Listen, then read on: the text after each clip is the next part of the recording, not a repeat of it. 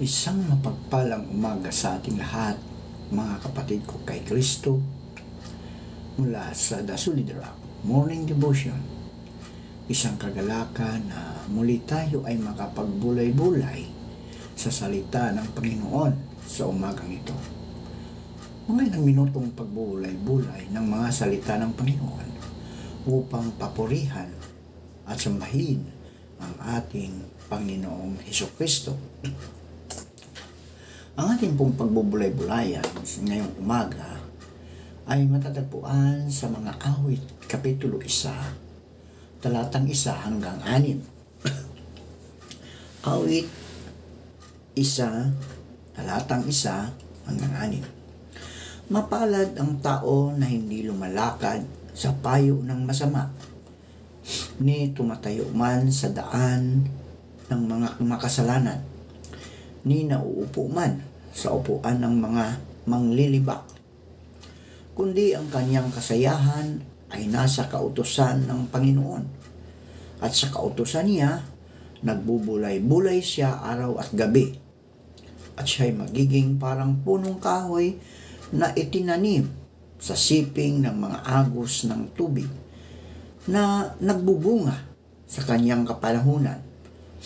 Ang kanyang dahon may hindi malalanta, at anumang kanyang gawin ay giginhawa. Ang masama ay hindi gayon, kundi parang ipa na itinataboy ng hangin. Kaya't ang masama ay hindi tatayo sa paghatol, ni ang mga makasalanan man sa kapisanan ng mga matuwid, sapagkat nalalaman ng Panginoon ang lakad ng mga matuwid, ngunit ang lakad ng masama ay mapapahamak. Pinagpala na po tayo sa pagkabasa at pagkarinig ng salita ng Panginoon. Tayo po ay manalangin. Ama naming Diyos na mapagmahal, muli o Diyos, kami ay naririto sa magandang umaga na iyong ibinigay sa amin upang ikaw, Diyos, ay pasalamatan sa mga pagmamahal mo sa amin, na patuloy mo kaming iniibig, O Diyos. Dahil sa pag-ibig mo, O Diyos, kami iniingatan mo mula sa aming pagtulog, Panginoon. Maraming salamat, Panginoon, sa muli mong pagkising sa amin ngayong umaga. Binigyan mo kami ng buhay, ng lakas at ng karunungan upang kami magpatuloy sa aming buhay dito sa mundong aming ginagalawan. At patuloy kaming maglilingkod sa inyo, Panginoon, sa oras, sa araw, gabi, sa aming mga buhay. Upang kami, O Diyos, ay patuloy na mamunga bilang iyong nakasakabit sa puno na si Hesukristo na aming Diyos at tagapagligtas. Panginoong Hesus, patuloy kong tinataas sa inyo ang aming mga kapatid sa pananampalataya, mga kaibigan na nasa banig ng karamdaman. Patuloy mo pong abutin ang bawat isa, O Diyos, upang sila, O Diyos, ay magkaroon ng kagalingan. Ibalik mo ang lakas na nawala dahil sa mga karamdaman ng kanilang nararanasan sa panahon ngayon. Gayon din po, O Diyos, ang mga problema ng bawat isa sa amin, mga pangangailangan, O Diyos, patuloy mong ipagkaloob sa iyong mga anak upang sila, O Diyos, ay hindi mahihirapan sa kanilang buhay at patuloy silang magbibigay kalakasan sa iba, Panginoon. Panginoong Hesus, patuloy ko rin itinataas sa inyo ang aming mga kaibigan, kababayan, kapatid na naroon sa mga bilangguan.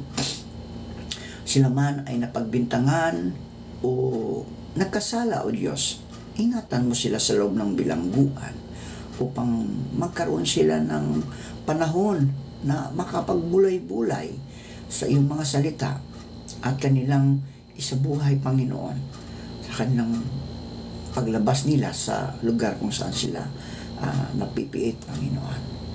Lord, maging ang mga namamahala sa kanila, O Diyos, Naway maganda ang trato nila, Panginoon. At hindi po sila mahihirapan sa kanilang mga buhay sa loob, Panginoon. Lalo-lalo na sa kanilang mga pagkain, Panginoon. Tulungan mo po sila, O Diyos, na magampanan nila ang kanilang mga tungkulin upang mabago ang isang tao sa loob ng bilangguan. Amin din inilalapit sa iyo, O Diyos, ang mga kapatid namin na patuloy na naghahanap buhay sa mga lansangan, katulad ng mga drivers, mga traffic enforcer, mga kapulisan, Panginoon. Patuloy mo silang gabayan, ingatan, upang hindi sila mapahamak, Panginoon, sa araw-araw ng kanyang trabaho, Panginoon. Gayon din po, Panginoon, ang mga guro na patuloy na nagtuturo sa mga kabataan, Panginoon, upang mahubog ang kanilang kakayanan para sa kinabukasan nila, Panginoon. Gayon din po, Panginoon, ang mga estudyante na patuloy mo silang ingatan, pagpalain mo sila, Panginoon, sa kanilang mga buhay, upang sila, O Diyos, ay lumakad ng ayon sa kalooban mo, Panginoon, at tanggapin kanila bilang kanilang Diyos at kapagligtas. Naalala rin namin, Panginoon, ang mga kapatid namin na nag-celebrate ng kanilang kaarawan ngayong araw na ito. Pagpalain mo po sila, O Diyos, at patuloy mo po silang bigyan ng kalakasan sa araw-araw. Maging ang mga nag-celebrate ng kanilang wedding anniversary, Ikaw, O Diyos, ang siyang maghari sa gitna ng mag-asawa, Panginoon, upang magkaroon ng kapayapaan, kaliwanagan sa kanilang mga buhay. Maraming salamat po, at patuloy ko rin tinataas sa inyo ang mga kababayan namin na nagtatrabaho sa ibang bansa. Ingatan mo po sila, Panginoon, sa lugar kung saan sila nagtatrabaho, lalong-lalo na sa mga bansang may kaguluhan, katulad ng Lebanon, Israel, Ukraine, at iba pa, Panginoon. Lord, ilayo mo po sa anumang kapahamakan ang mga anak mong naroon naghahanap buhay. Maraming salamat po at purihin ka. Ito ang aming dalangin na may pagpupuri at pasasalamat sa matamis na pangalan ni Jesucristo na aming Diyos at tagapagligtas. Amen.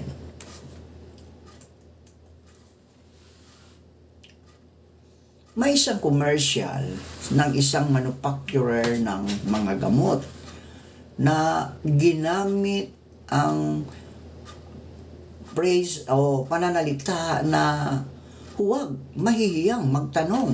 Ayan. Huwag mahihiyang magtanong. Apparently, ang purpose ng advertisement na ito ay upang makapili ng medisinang aangkop o tutugon sa minimithing kagalingan at pag-unlad ng kalusugan.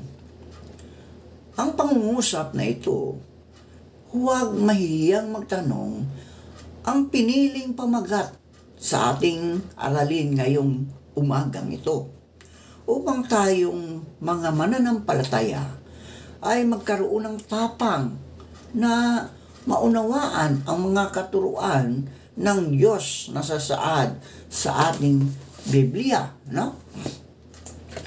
Sa bagong tipan, o sa lumang tipan rather, ang piniling mensahe ay ang awit 1. Nais ipabatid ng salmong ito ang kapakinabangan o kapakinabang ng sinumang susunod sa kautusan ni Yahweh. Tayo kaya ay mga kapatid, kagaya rin ng salmista na binibigyan ng kahalagahan ang pagbubulay-bulay sa salita ng Diyos araw at gabi.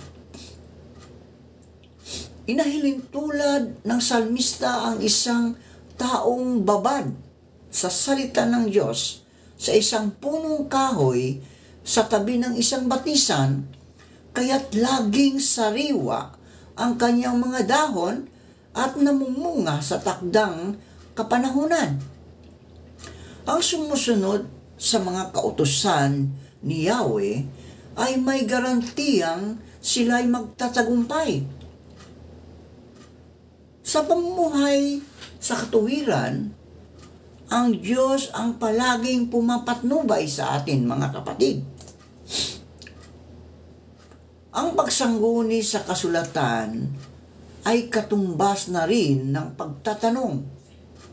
Sa pamagitan ng pagbabasa ng salita ng Diyos, ang Biblia, ay tinutugon ng Diyos ang ating mga katanungan upang maiwasan natin ang kagaya ng sasapitin ng mga taong nabubuhay sa kasamaan tungo sa kapahamakan.